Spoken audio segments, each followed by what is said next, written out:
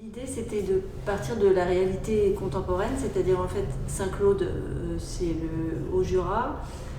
Alors c'est un territoire de basse montagne, mais quand même un endroit où on a eu l'habitude de vivre avec des saisons, et notamment avec des hivers où il faisait froid et où il y avait de la neige.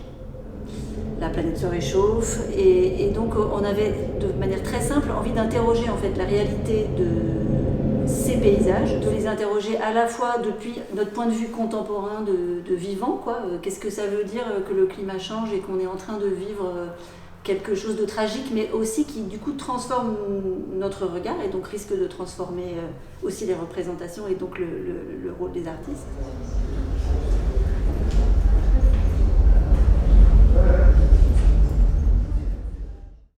Je travaille avec les glaciers qui sont couverts avec des bâches.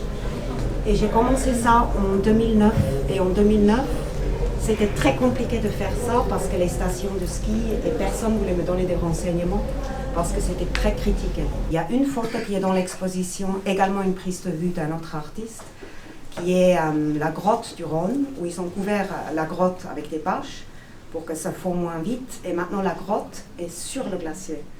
Et du coup, je trouvais ça très fort que des images qu'on fait maintenant, tous les ans, ça devient une année après l'autre, presque des images d'archives. Moi, je présente ici, disséminés dans plusieurs espaces de l'exposition, des tableaux qui sont givrés, couverts de neige. Donc c'est vraiment un travail d'illusion, un travail sculptural. Parce que dans mon travail, je développe plusieurs projets, mais notamment une série intitulée Nature morte, qui a donc à voir avec, c'est ça, avec tout ce qu'on évoque autour du changement climatique, de la fragilité également, de la nature, de la dimension éphémère aussi, du vivant. Plusieurs thématiques qui sont liées à des pièces que je présente ici. Il y a également un miroir qui se trouve à proximité de cet espace. N'envoie jamais demander pour qui sonne le glas. C'est pour toi qu'il sonne.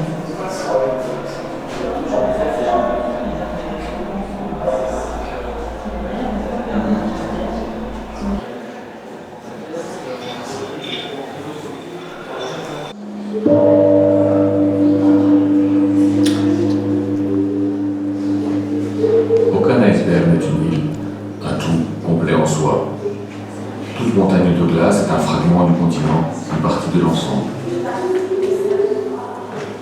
Si la mer emporte une vie humaine, le monde en est amoindri, comme si les flots avaient emporté une pensée, l'esprit d'un ami, le tien.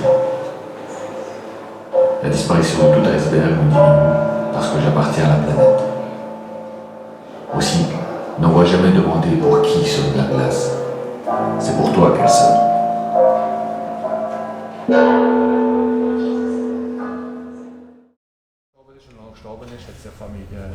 Ich glaube, das hat einen Streit und alles. Genau, Das den ist irgendetwas. Dann haben sie es wieder verkauft. Ja. Und 2 Jahre lang hat das Ich kann mich Catherine, erinnern. dann hat die allererste Sonntag vom Monat hat sie Lust gehabt. Dann habe ich auch mal mitgemacht.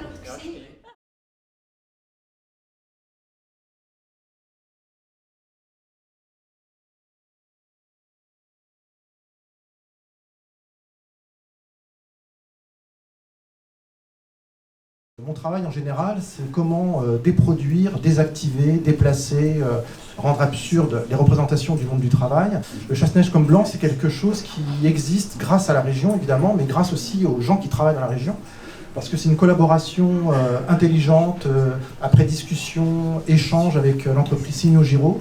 Et je me suis posé la question par rapport à la neige, parce que quand je suis arrivé ici, il y avait 1 mètre de neige. Moi, je ne suis pas quelqu'un de la montagne. Donc j'étais impressionné dans le bon sens, c'est-à-dire je trouvais ça merveilleux, j'aime pas skier, mais j'aime le paysage enneigé, et je ne suis pas un touriste. Je suis quelqu'un qui regarde, qui observe, qui vit le territoire. Et on a réfléchi avec Signo Giro à comment coller à mon envie de désactiver un chasse-neige. Donc j'ai tout de suite réfléchi en me disant qu'un chasse-neige, ça n'arrête pas de pousser la neige. Et que c'était intéressant que lui-même, le chasse-neige, devienne blanc comme neige. On a essayé de savoir comment on allait transformer sur les mailles une image blanche sur blanc. Donc les ingénieurs, techniciens ont réfléchi avec moi. Ils ont trouvé une méthode qui était de cuire l'image du chasse-neige un peu moindre que le fond de ce chasse-neige. Donc ce qui fait que, vous avez remarqué en bas, il y a comme une épiphanie. Grâce à cette cuisson différente, le chasse-neige un peu légèrement mat apparaît comme ça quand on bouge devant les tableaux, et on a pu réfléchir à la profondeur de champ de la photographie. Ce qui fait que le panneau de 4 cm représente l'étrave qui est au premier plan, le panneau de 3 cm d'épaisseur représente une partie des roues de la cabine qui est au deuxième plan, et le paysage et un bout de la cabine est 2 cm, c'est l'horizon qui représente l'arrière-plan.